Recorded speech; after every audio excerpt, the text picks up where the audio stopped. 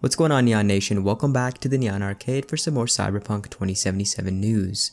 Today we're talking about a new interview with Polish voice actors where they mention a disturbing element of Cyberpunk's story, just how much CDPR has spent on development for Cyberpunk 2077 and other projects via new financial results, some details that we could be seeing more Cyberpunk very soon, and some information about the making of the Deluze Orphean, the guitar of Johnny Silverhand aka Keanu Reeves.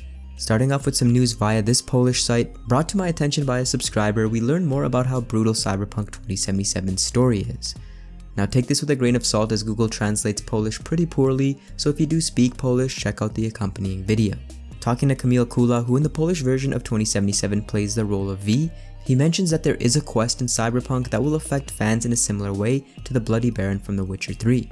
Kamil Kula admitted that after playing a role in one of the quests, he had to take a break. Kula said that in one quest there was so many hard emotions that he could hardly stand it, and he also mentions that he would not be able to play it as a live actor as it was too emotional and hard, and that he had to take a couple days break after this. Another interesting tidbit here is that we find out that Kamil Kula and Lydia Sadowa, who play male and female V respectively in the Polish version, that your gender is not only cosmetic, but you will see differences in the game itself. We've kind of already known this for a while, but there has been some conflicting information on this, so I guess this is where the game currently stands on gender-specific tasks. Now big shout out to one of my subscribers for translating this whole thing, it is much appreciated. Next we have some huge details about Cyberpunk 2077 and the stage it's at in development. In a financial briefing video, Piotr Nelubowicz from CD Projekt mentions that Cyberpunk 2077 is entering its final and most crucial stage of development.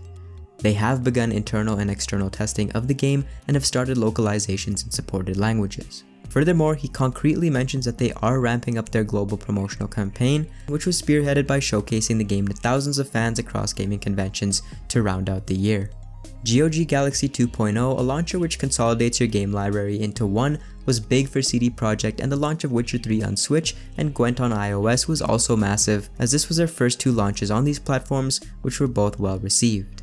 CD Projekt Red also posted 93 million zloty, which is almost $24 million in sales, eclipsing last year's sales by 38%. Now this is where it starts to get really big. Between the end of July and the end of September, CD Projekt Group spent a record-breaking 43 million zloty, or $11 million on the development of new games and technologies. Remember, there still is another game to be released in 2021 and an entire multiplayer component which was in research and development and backed by the Polish government. All in all, they've spent 33 million zloty or $85 million. For reference, The Witcher 3's total budget including development and marketing costs was 306 zloty or $81 million. CD Projekt sales-wise is expected to grow over 400% next year and was in Bloomberg's top 50 stocks to watch, so these massive expenditures means that CD Projekt, and by extension CD Projekt Red, is looking to be a juggernaut in the industry, led by of course Cyberpunk 2077. This is really exciting stuff if you are a fan of this developer. Finally, we have some insight into the creation of the Deluze Orphean, which is Johnny Silverhand's guitar. This was created by Guitar Service and is a real fully functioning guitar. Apparently the guitar was a huge technical and functional challenge, but if you are a guitar head, check out these specs on screen. The screenshots they've shared of the Deluze Orphean are also amazing. Thanks for watching, and for more Cyberpunk, join Neon Nation by subscribing to the Neon Arcade.